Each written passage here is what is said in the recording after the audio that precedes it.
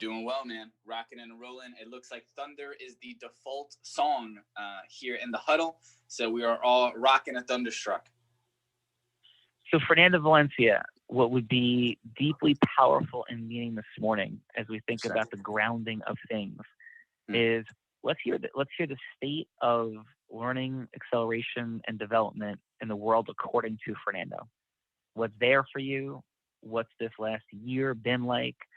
And what do you see happening for you and for the fine people that are here today in creating acceleration in the building of their business, the increasing of the ecosystem mergers and their speaking? Like, what's there in the world according to Fernando? You know, it's as if you read minds. I was thinking of not that exact question, a similar question earlier this morning, and I was very present to the power of acknowledgement. I'm very present to how Bella varies her energies so sharply, smoothly. It is, very masterful. And I am present to the power of HUI and emotional and energetic transference, which are some of the, elements we're going to be practicing this weekend on our influence off. And as I ponder your question, in my heart, in my body, one, I'm grateful for the foundation that I had when learning. I think you've taught this several times on just how you learn and how you process information.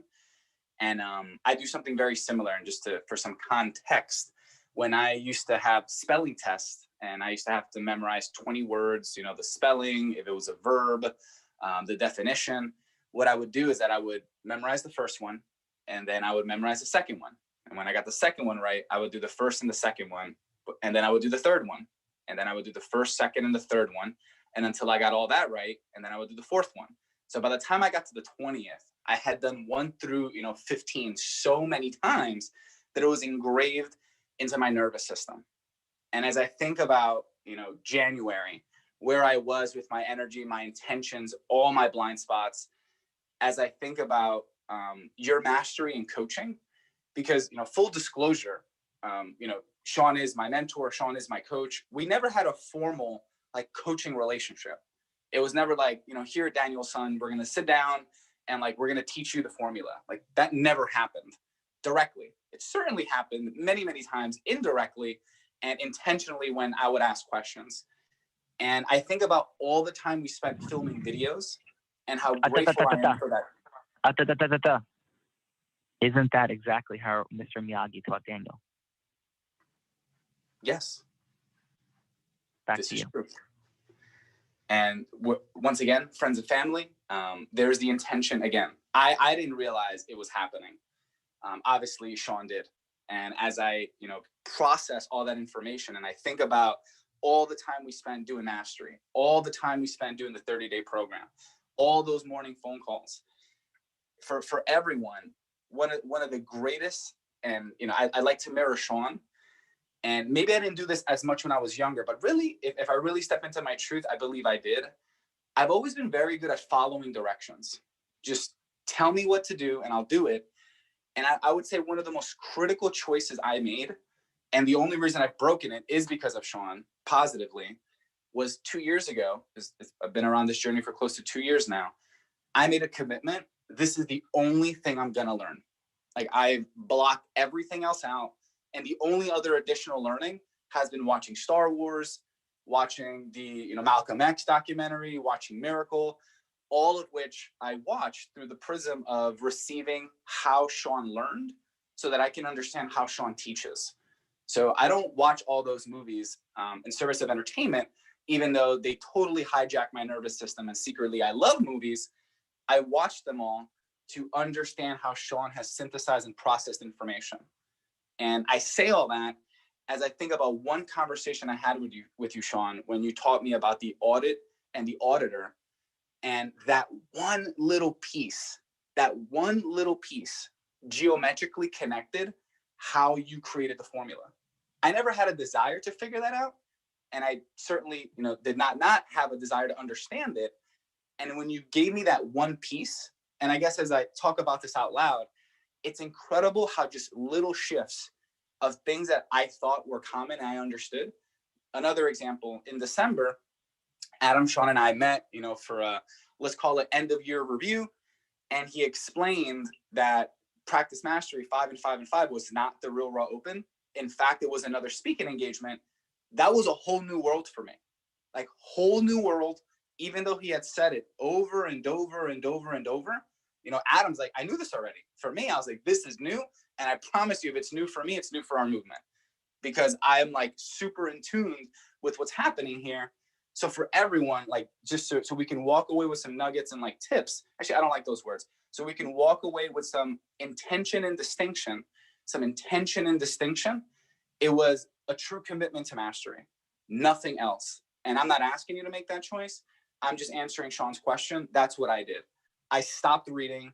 I stopped taking programs. I stopped reading books. I stopped doing everything that wasn't in service of my rise in formula.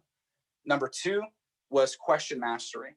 I certainly was not shy to demand like optics from things, and I didn't always receive it right away. And sometimes it was cryptic, and it all fell into space and time. Patience has been my best friend and like my annoying little sister throughout this entire experience has been patience. I would add to keeping an open heart and mind to what we think we know could be optimized. I would say that's the sentence that pops for me, because we know what we know what we don't know what we don't know. That's why we have coaches and mentors that highlight our blind spots. Even the things we think we know, there's room for innovation and growth. And Michael Smike, and I thank him for removing my ego around that.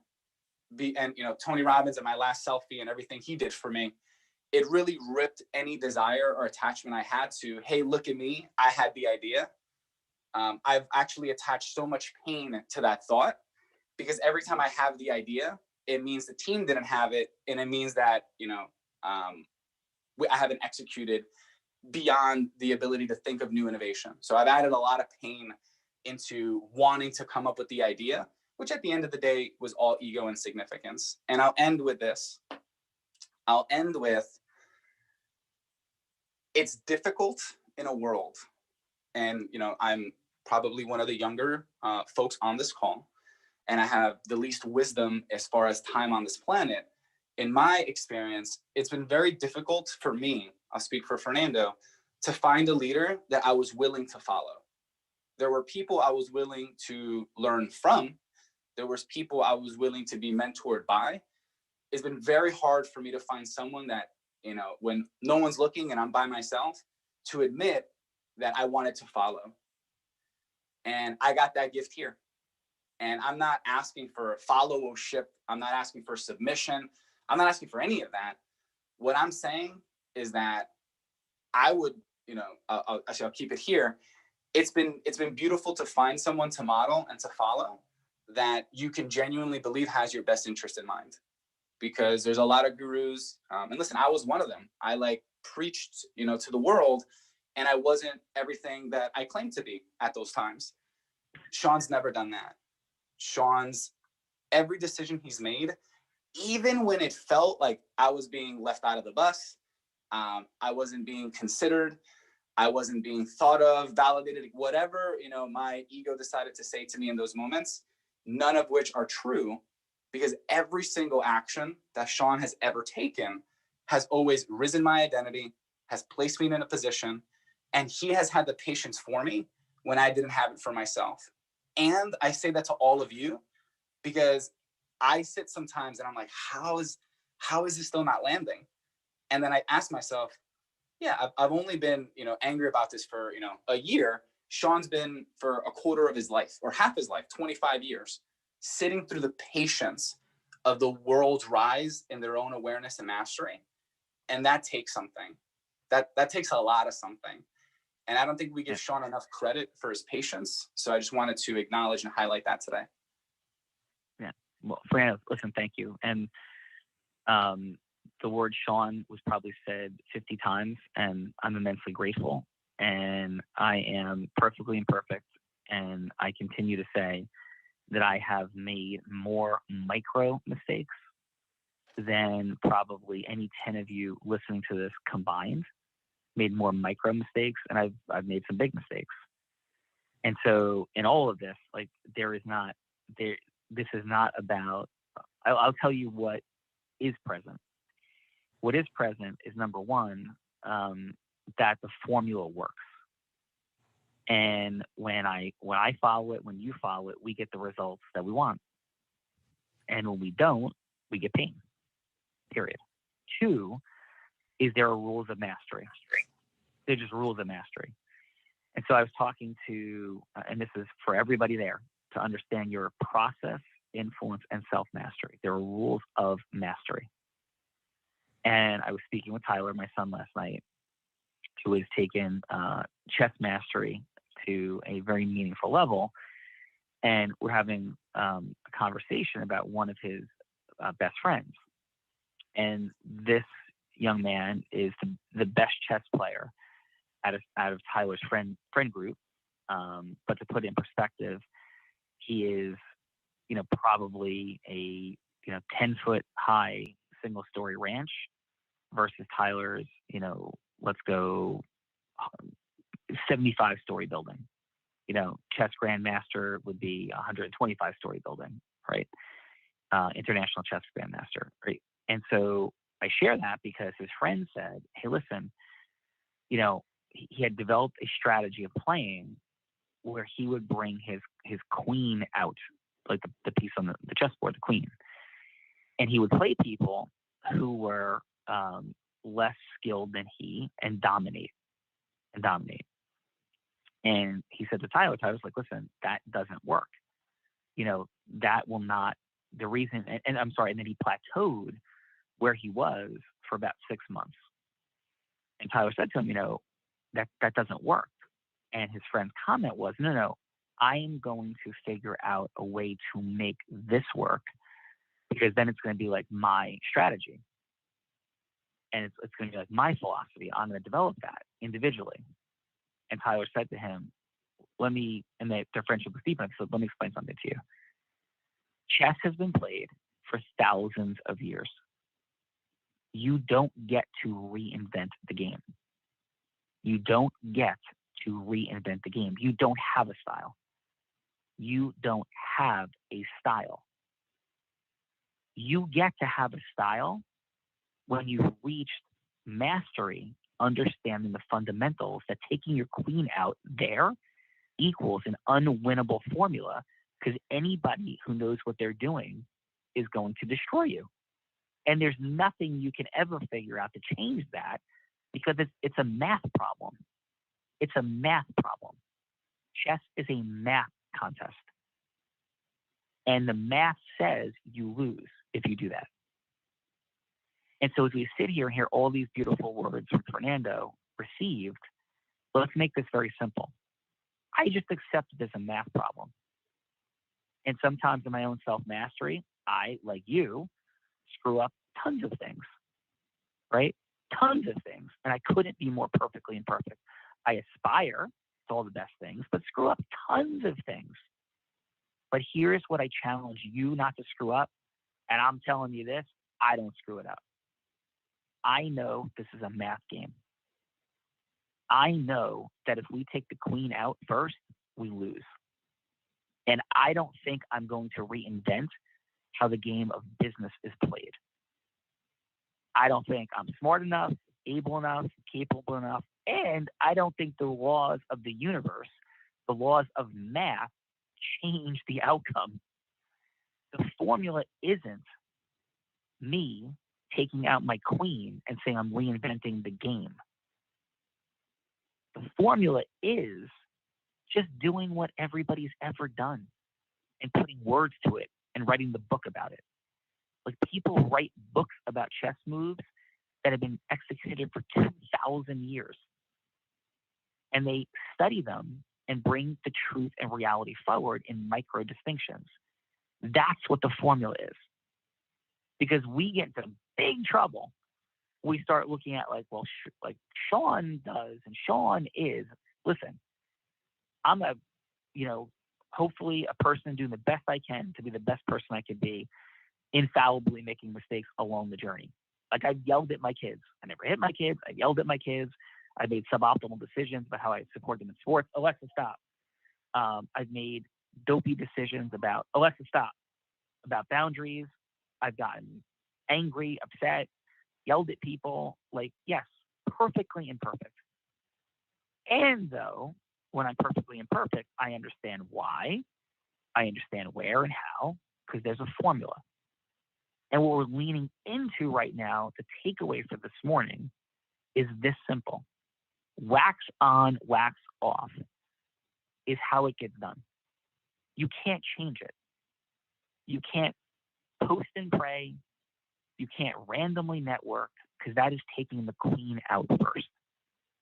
You can't delete human beings from the equation. That's taking the queen out first. You can't reinvent how Facebook was built. It's not what it is because of the idea. The idea wasn't even Facebook. It was nothing like what it is when it started. It's because amazing humans combined their effort and innovated continuously. Now, when and if and where they made mistakes, and when and if they went off the reservation in terms of what they should or shouldn't do, right? That's a debatable conversation, just like it's debatable when you're a chess grandmaster and you're playing the most elite moves and things and contexts. What ultimately will be the right move 95 moves into the game is different than taking your queen out first. And with absolute respect, nobody here is a grandmaster. With absolute respect, you are a grandmaster at this game when you've replicated and done it over and over. Bill Gross is a grandmaster, right? Bill Gross is a grandmaster in his execution, taking 7 companies from 0 to $1 billion. Footnote, though, I don't know that Bill Gross has yet reduced the reasons he has been so successful to the micro distinctions of the formula. And all the formula is here to do is explain how Bill Gross became Bill Gross, Facebook became Facebook, or how somebody went from broke to having a beach house and a home and the money to be able to make decisions. And what we do with those decisions then, is our own stuff. How we create the magic and all the mistakes we do and don't make inside of that bubble, that's up to us. But what this is, and Fernando, thank you for saying, my name so many times, but it's the formula. It's the formula. It's understanding that it's understanding that the reason Mr. Miyagi said wax on, wax off wasn't because he wanted Daniel-san to wax his car. The reason he said paint a fence was not because he wanted his fence painted. Hey, his fence got painted. It wasn't a bad thing, but that's not why Daniel-san was asked to do it. And the fact that Mr. Miyagi got his fence painted was 1/100,000th as important to Mr. Miyagi, as valuable to Mr. Miyagi as what Daniel-san was acquiring, but he just didn't know it. And along the way, Fernando times like, wait a minute, I'm going to make alignment calls. I'm going to make a strategy call. I'm going to invite people to a real raw, but I've been the host. I've been on the microphone. I've been the guy. I could be the guy in the microphone. But there is no microphone unless we wax on, wax off. And what we're here to do is to give you the rise and mastery, because no matter what you believe and think, you will come to a place where you want more growth and scale. And if you're unable to ask people for the things that you want, and you're unable to conclude how to find value that people need, how to find value, the V that people need to exchange it, you're never going to be able to make agreements. And the ability to execute that, right, to build rapport, to put something at stake, to convey value, to solve for a pain, and to reach an agreement is indispensable in the 4 things that drive your business, which are marketing, selling, leading, and recruiting. Marketing, selling, leading, and recruiting. So yes, we are heart-centered here. Yes, we love each other and we aspire to great things, right? That is a very different point completely separate and distinct from the reality that the queen can't come out first. And that strategy will not cause you to build, grow, and scale. That strategy may get you a little bit of business. It may get you some likes online. It will not cause you to have more money in less time. And then we could talk about the magic, which comes down to how you're aligning with your own values, your own rules, your own structures, and what you're looking to create and accelerate in the world. But the queen can't come out first. And when that young man realized that, his chess game again began to rise. Said more simply, in case somebody wants an athletic reference, when I was a freshman in high school, I would wrestle in practice. And I would do moves against lesser skilled opponents that were not varsity wrestlers when I was wrestling varsity. And I would do, just moves that I could get away with. I would throw like switches standing up and things you couldn't do to beat a skilled and talented opponent. And just like your queen can't come out first, right? Coach Lazak said, you could do that because he was also a wrestling coach, assistant wrestling coach, right? He said, you could do that all day long against him, but you're going to get crushed and you're not going to get better unless you're executing these types of moves. And so all we say to you is, as we're here, and by the way, I didn't want to do that. It was really fun to do those things. It's really fun to take your queen out first and feel like you're inventing a new way to play chess. It's really fun to tinker. It's really fun to feel like it's your idea. But what's more fun is to have the financial abundance and the time freedom you want, to cause the impact you want, to be able to raise money for charities in a way that you want. That is way more fun for me. Maybe it's not for you, right? But if you take the queen out first, or if you use moves that will allow you to succeed at a lower level, but not a higher level, you're never going to get what you want. Adam Gugino, final. I just think about when I first met you and came in, into the understanding of what this looks like. And I was trying to force what I thought I knew about building and scaling.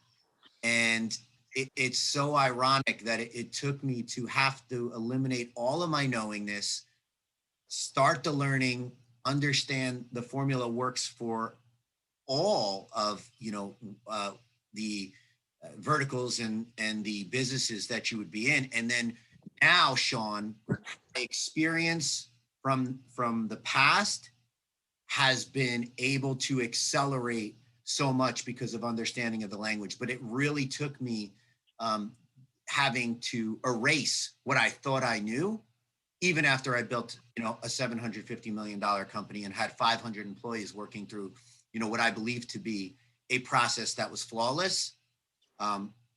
It's incredible to realize now how little I really understood about what I built. And now we're doing it all over again. And it is using some of what I've known to accelerate, but it's really understanding the formula that is allowing us to just be creative. And Adam did so many things more skillfully than any of us here have.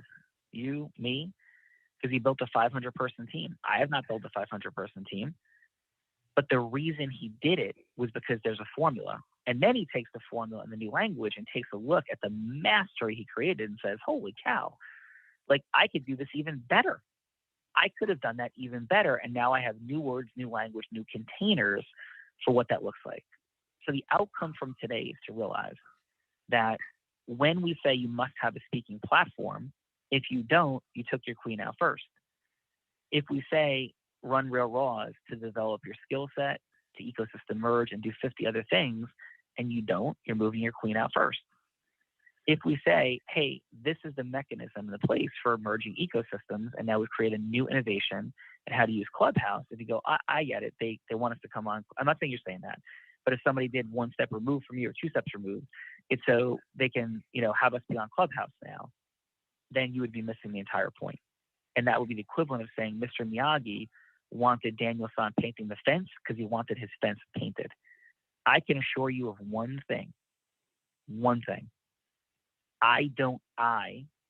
To change my life, do not need you on Clubhouse, running a real raw, speaking, or making any more money. It will not change my life. What it will change is the impact we can co-create and cause together in the world, which is something that is very deep and burning in my heart. And Peter Swain asked me in a conversation we had today, and I said it for the 95th time, my outcome is to be sitting in the last row of the upper deck and watching people on stage and thousands of stages occurring, and nobody knows I am sitting there. That is the outcome. This is a labor of love. This is a labor of contribution, and this is a labor of feeling the calling, right, of God that says to me, and what I believe, my faith, is that we're given talents. We don't bury them. We don't squander them. We exponentially multiply them. And along the continuum, we're all going to have challenges and make extraordinary mistakes. This is not about guruship ever, because I ain't no guru. Tony Robbins said it, and I'll say it even more. Like, this is called Unblinded because it's about you, not me. And thank you for all those times saying my name, Fernando. This is about a formula and me just being the ambassador and facilitator for now of what that sounds like and looks like. And if you're thinking, wow, I'd like to be in that role, then we're also missing the point. Because the point is that we're multiplying and we're having tons and tons of people partnering and facilitating and driving things forward. And so that's the outcome. It's the practice. We are spreading the mission and the dynamic of what it looks like for leaders to come together to make the world a greater place. And so that's what's up. We're going to Clubhouse now. Deep practice, ecosystem merging is there. Everybody have a great day. And Fernando, fantastic job. Everybody, thank you. Let's go get it.